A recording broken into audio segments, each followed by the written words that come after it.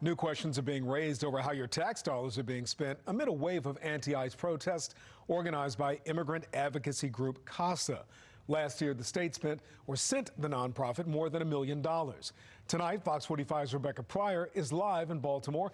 She takes a closer look at where that money is coming from and the debate over whether or not that funding should continue. Rebecca? Kai, while CASA says that it's helping protect immigrant communities, tonight critics are arguing that tax dollars shouldn't be funding any organization that's also fronting protests, especially when those protests are being directed at government agencies.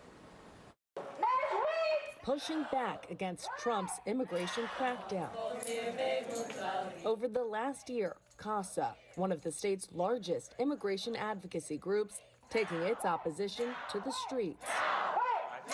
But as the nonprofit openly protests the federal government, state records showing Maryland's government continues to fund the group, while federal funding has largely dried up, pulled back during the first and now second Trump administrations. Last year, CASA receiving more than $1 million in state tax dollars, roughly $800,000 coming from Maryland's Department of Service and Civic Innovation, another $200,000 from the Department of Health, and $65,000 from the Governor's Office for Children.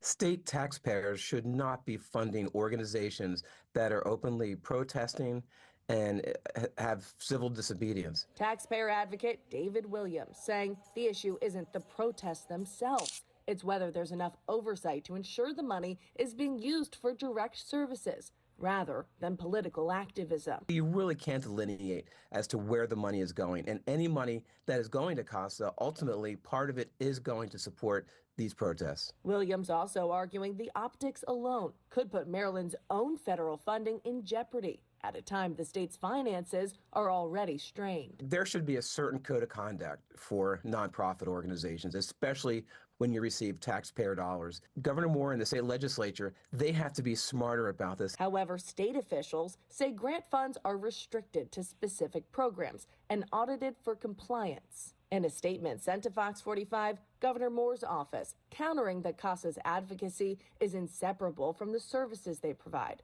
writing in part, quote, "Maryland does not fund speech or protests, but we do respect the First Amendment. Lawful expression by an independent organization does not affect the state's federal partnerships or funding so long as all rules are followed." But as the protests continue, it's likely so will debate over where your tax dollars are being spent. And the same people that might support CASA receiving taxpayer dollars, if a Republican ever becomes governor and tax dollars go to nonprofits that they don't agree with, then I'm sure they'll have another opinion.